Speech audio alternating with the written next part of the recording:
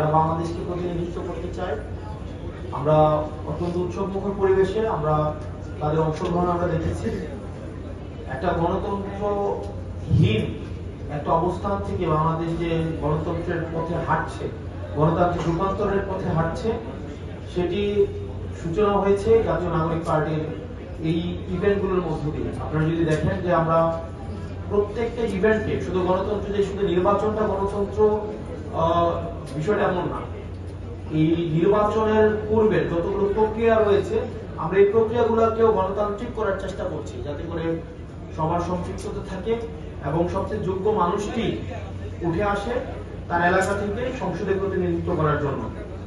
তবে আমরা খুব শঙ্কার সাথে লক্ষ্য করছি যে আওয়ামী লীগ, জাতীয় পার্টি আমাদের এই গণতান্ত্রিক উত্তরণের পথে জাতীয় পার্টি বাধা হয়ে দাঁড়াচ্ছে।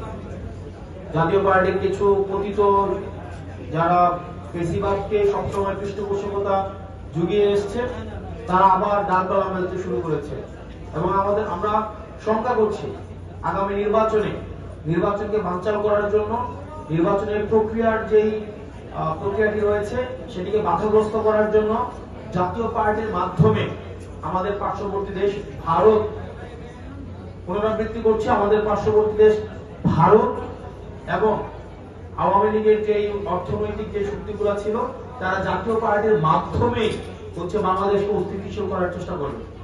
সেই জন্য নির্বাচন কমিশনকে দ্রুততম সময়ে জাতীয় পার্টি নিয়ে সিদ্ধান্ত নিতে হবে।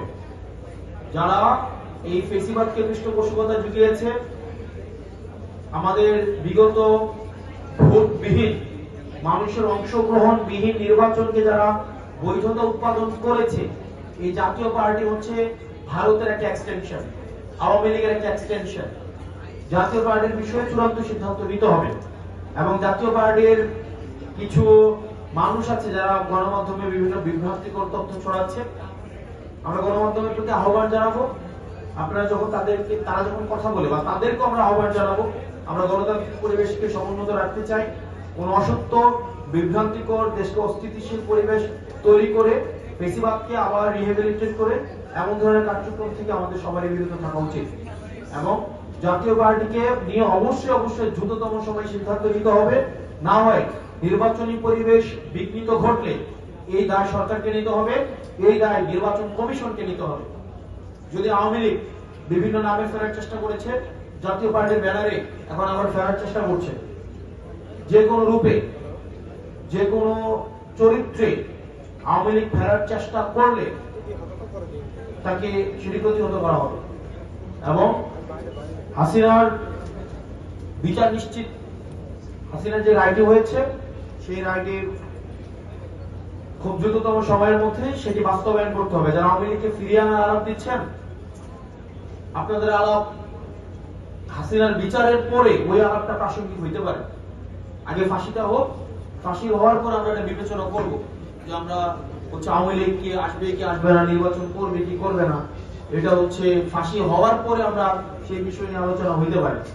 তো আপনারা দেখেছেন, দেশে যদি গণতন্ত্র থাকে, মত প্রকাশের স্বাধীনতা থাকে, তাহলে মানুষের যেই গণতন্ত্রের মধ্যে অন্তর্ভুক্তির যেই উৎসব মুখর পরিবেশটা, সেটা আপনারা সবাই অনুধাবন করতে পারছেন। আশা করি শুধুমাত্র দেশীয় গণতন্ত্র না, দেশের জাতীয় গণতন্ত্র না, আমাদের দলগুলোর মধ্যেও গণতন্ত্র থাকবে।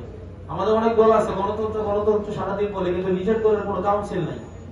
আমার নিজের দলের কাউন্সিল কবে হয়েছে ওনাদের মনে আছে কিনা ওনাদের নিজেদের প্রশ্ন করা উচিত। দলীয় স্বৈরতন্ত্র রেখে জাতীয় গণতন্ত্র প্রতিষ্ঠা